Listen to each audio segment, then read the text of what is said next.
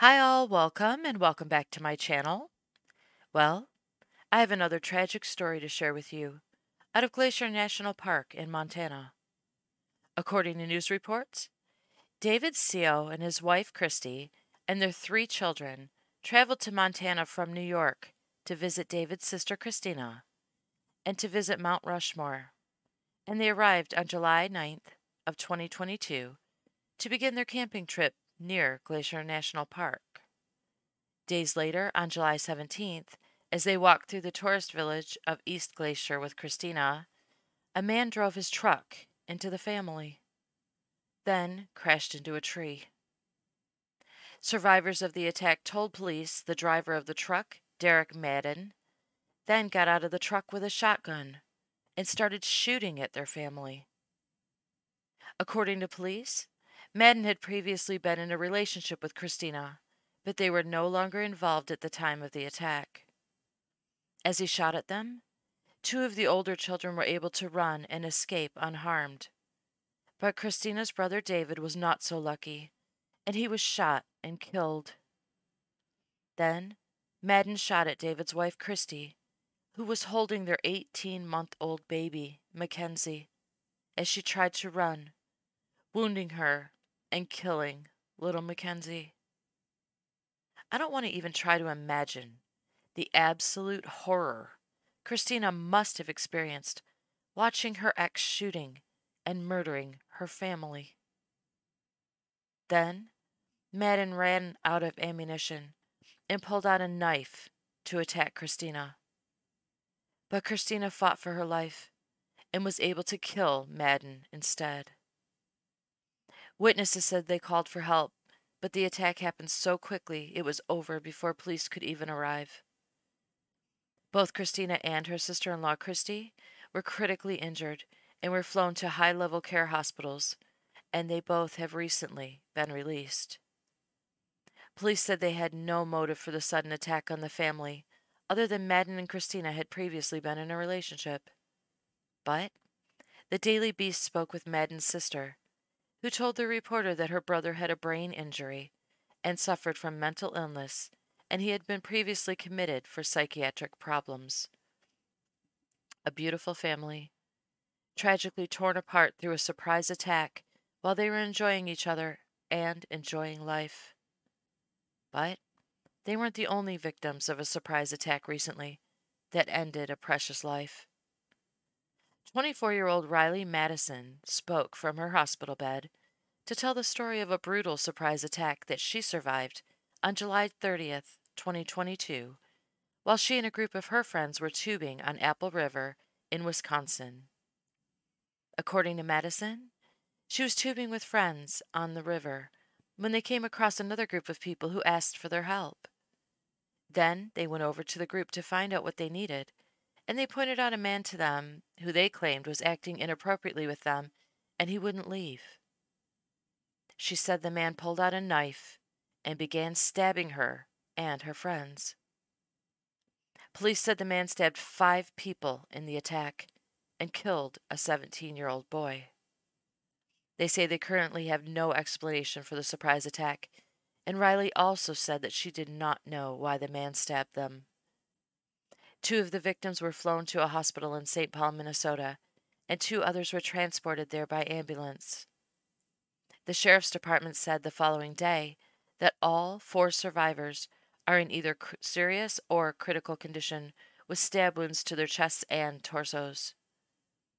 They said they were able to capture a 52-year-old man who they believe stabbed the 5 victims about a mile and a half past the area where the crime occurred as he exited the river, because they said someone in the group took a picture of him to be able to identify him.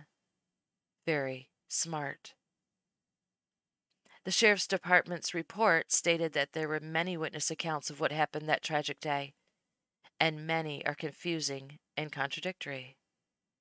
And there were many 911 calls that led deputies to the gruesome scene along the river. One account came from the wife of the suspect. She claimed that she and the suspect were also tubing with a group of their friends when one of their friends said they had lost their cell phone. She said her husband offered to track back to see if he could find the phone in the area of a bridge in the river. Then, as she watched him in the water by the bridge, she saw a group of tubers near him get off their tubes and start hitting him. She said she began screaming, and two of the men in her group jumped off their tubes and ran to help her husband, but she could not see what was happening. All she heard was screaming, she said. Then, her husband and his two friends walked back to where she was, and she was told that the other group was yelling at her husband, calling him a pedophile. Then they attacked him. The suspect told her that one of his attackers grabbed his knife from his waistband and swung it at him, so he got it back and defended himself. But police say not so fast, because they obtained a video that was taken of the attack, and they claim that the suspect had ample time to walk away before he went on his stabbing spree. They say the video shows the suspect wearing goggles and a snorkel, pulling on the tubes of the group he claimed attacked him as they were yelling for him to go away. Then he walked toward one of the women who was yelling at him to leave, and police said you could hear others yelling in the background that he was looking for little girls. Then the group begins to surround the suspect on three sides in the video, and he pulls out a knife. He was shoved into the water, he said, 2 times, and police said it was on the video. And then when he emerged the second time from the water, police said he began slashing and stabbing the people around him. Other witnesses claimed the suspect punched one of the women in the face just prior to the attack. So the suspect was arrested and taken to St. Croix County Jail, where he was questioned and told police that he took the knife from one of the men pushing him into the water, and he remembered people being on top of him and hitting him, but he couldn't remember anything else until he met back up with his wife. He also said that he did not know why the group attacked him. He's being held on a $1 million bond and has been charged with 1 count of first-degree intentional homicide and 4 counts of attempted first-degree intentional homicide. Another horrible tragedy that started out as a fun day on the river and ended up with 1 dead and 4 rushed to the hospital fighting for their lives. Who would ever think you could be stabbed to death while floating down a river with your friends? Oh, and just as I finished this story, my son called to inform me that he's going out of town with some friends to go tubing down a river. It's going to be a rough week. Thank you all so very much for listening to these tragic stories.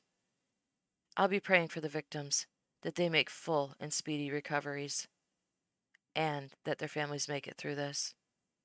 And for my son, why can't they just stay home, wrapped in bubble paper, in front of the TV, and be happy? The joys of parenthood, right? Hug your kids or your pets. Stay safe out there, and I'll see you on my next video.